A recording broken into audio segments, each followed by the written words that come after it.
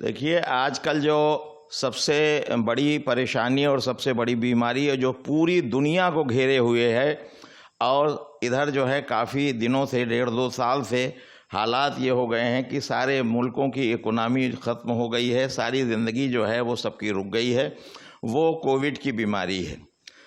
Covid के बारे में बहुत देर के बाद जो है वो पता चल सका कि ये वायरस तो है, इसका नेचर क्या है, कैसे होगा।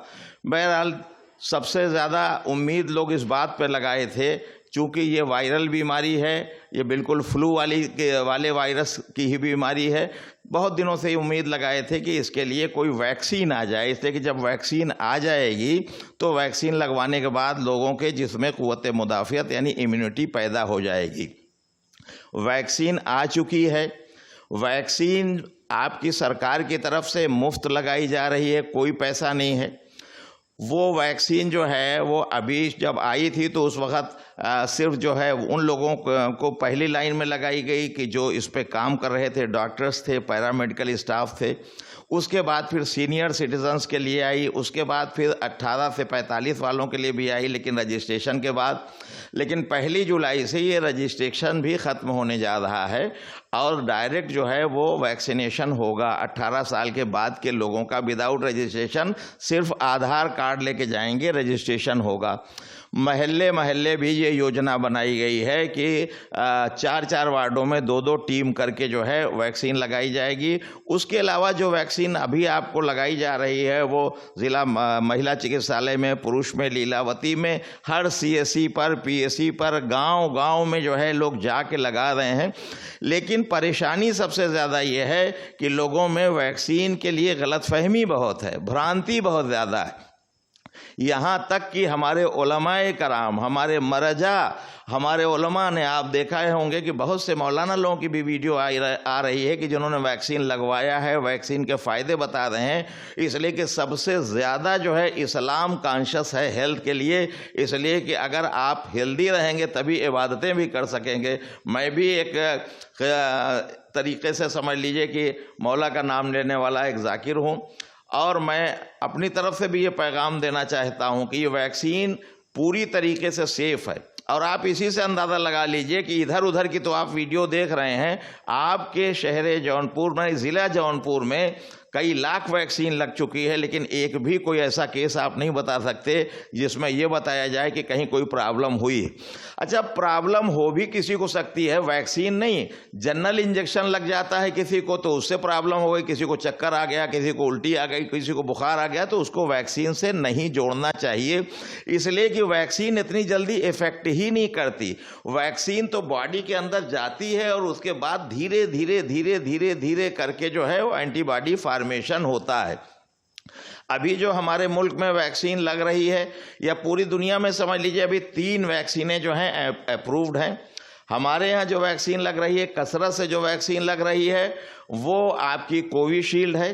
ये कोविशील्ड जो है ऑक्सफोर्ड एस्ट्राजेनेका ने अमेरिका में बनाई, भारत में जो है इसको सीरम इंस्टीट्यूट वाले बना रहे हैं। ये वैक्सीन जो है वो पहली डोज इसकी जो है वो लगने के बाद दूसरी डोज 84 दिन पर लगाई जा रही है और हर जगह लग रही है, पूरी सेफ है। दूसरी जो वैक्सीन है कोवैक्सीन, वो पूरी तरह से इंडियन वैक्सीन है, भारत बायोटेक ने बनाई है। आप कहेंगे ये 2 क्यों 3 क्यों? एक कंपनी इतना वैक्सीन नहीं बना पा रही है कि जो इतनी बड़ी आबादी को कवर करे, लिहाजा कई कंपनियों को टेंडर दिए गए हैं, कई कंपनियां जो है बनाने की कोशिश कर रही हैं। तो ये जो कोवैक्सीन है ये प्योरली जो है भारत बायोटेक ने बनाई है। ये वैक्सीन की पहली डोज लगने के बाद इसकी दूसरी डोज 28 दिनों पर लगती है। तीसरी वैक्सीन जो है स्पुतनिक है, जो रशिया में बनी हुई है। भारतवर्ष में जो है वो जाइडस कंपनी वाले इसको बना रहे हैं, लेकिन ये अभी आई नहीं है मार्केट में। 1-2-3 दिन के अंदर ये बड़े शहरों में अभी आना शुरू होगी। इसका भी डोज वही होगा, पहली डोज के बाद दूसरी डोज जो है वो 3 से 4 वीक के बाद लगेगी। अक्सर लोग ये सवाल करते हैं कि इसमें बेहतर कौन है, किसका फ़ायदा ज़्यादा है। तो देखिए, ये तो जब लॉन्ग टर्म यूज़ होगा तब उसके बाद कोई नतीजा निकल के आएगा, जब लोगों की इम्यूनिटी पावर चेक होगी। लेकिन अभी तक की जो रीडिंग्स है वो ये है, 100% लोगों को गलतफहमी ये कि फलां को वैक्सीन लगी थी तो कोरोना हो गया, लेकिन दोनों में फ़र्क होगा। जिसको वैक्सीन लगी है अगर उसको कोरोना हो रहा है तो उसको हल्के फुल्के सिम्टम आएंगे, वो सीरियस नहीं होगा, वो उसके लंग्स जो है अफेक्टेड नहीं हो गए, वो उसमें कैजुअलिटीज़ नहीं होती। लेकिन जिनको नहीं लगा है उनकी इन्फेक्टिविटी बहुत ज़्यादा होती है। वैक्सीन कोई भी हो वो 100% कामयाब नहीं है, इसलिए कि बॉडी में जाने के बाद उसको इम्यूनिटी बनाना है। आपकी जो मशीन इम्यूनिटी बनाने वाली है उसे भी मजबूत होना चाहिए। तो ये तीनों वैक्सीन जो है पूरी तरह सेफ है। एक चीज़ और है, बहुत से लोग ऐसे हैं जिनको फॉरेन जाना है। फॉरेन जाने वालों के लिए ये तरीका है कि जब आप वैक्सीन लगवाने के लिए जाएं तो बजाय आधार कार्ड के अपना पासपोर्ट लेके जाएं, अपने आईडी में दें। उन लोगों को भी कोविशील्ड वैक्सीन जो 84 दिन पर लगती है, उन्हें 28 दिन के बाद दोबारा ये वैक्सीन लगा दी जाती है। इसलिए जो लोग भी फॉरेन जाना चाहते हैं या जाने वाले हैं उनको जाहिर है कि सर्टिफिकेट लेके जाना है। और जैसे ही वैक्सीन लगती है 5 मिनट लगता है मुश्किल से, आदमी के मोबाइल पर फ़ौरन मैसेज आ जाता है और उसका सर्टिफिकेट भी उसके अंदर अपलोड हो जाता है। इसलिए तरह तरह की गलतफहमियां हैं, लोग तरह तरह के सवाल, शुगर वालों को लगवाना चाहिए कि नहीं, ब्लड प्रेशर वालों को लगवाना चाहिए कि नहीं, हार्ट वालों को लगवाना चाहिए कि नहीं। तो मैं ये बताना चाहूँगा कि जो लोग किसी बीमारी में मुब्तला हैं उनको और पहले लगवाना चाहिए, इसलिए कि उनको बीमारी ज़्यादा असर करेगी। अभी तक वैक्सीन में सिर्फ 2 चीज़ें ऐसी थी, बताया जा रहा था, इसे कंट्रा इंडिकेशन कहते हैं। 2 कंट्रा इंडिकेशन थे। पहला कंट्रा इंडिकेशन ये था कि वो औरतें जो हामिला हैं उनको वैक्सीन ना लगे, दूसरी वो औरतें जो बच्चों को दूध पिला रही। लेकिन अब ये जो बच्चों को दूध पिलाने वाला कंसेप्ट था ये भी ख़त्म हो गया है। अब सिर्फ और सिर्फ अभी प्रेगनेंसी वाली बात है, वो भी मामला इस पर चल रहा है, इस पर रिसर्च चल रही है कि उनको भी वैक्सीन लगाया जाए कि नहीं, लेकिन अभी इस पर रिसर्च नहीं कंप्लीट नहीं हुई है। और कहीं किसी तरह का कोई कंट्रा इंडिकेशन वैक्सीन के सिलसिले में नहीं है, न किसी तरह की कोई गलतफहमी लोगों के अंदर होनी चाहिए वैक्सीन को लेकर के।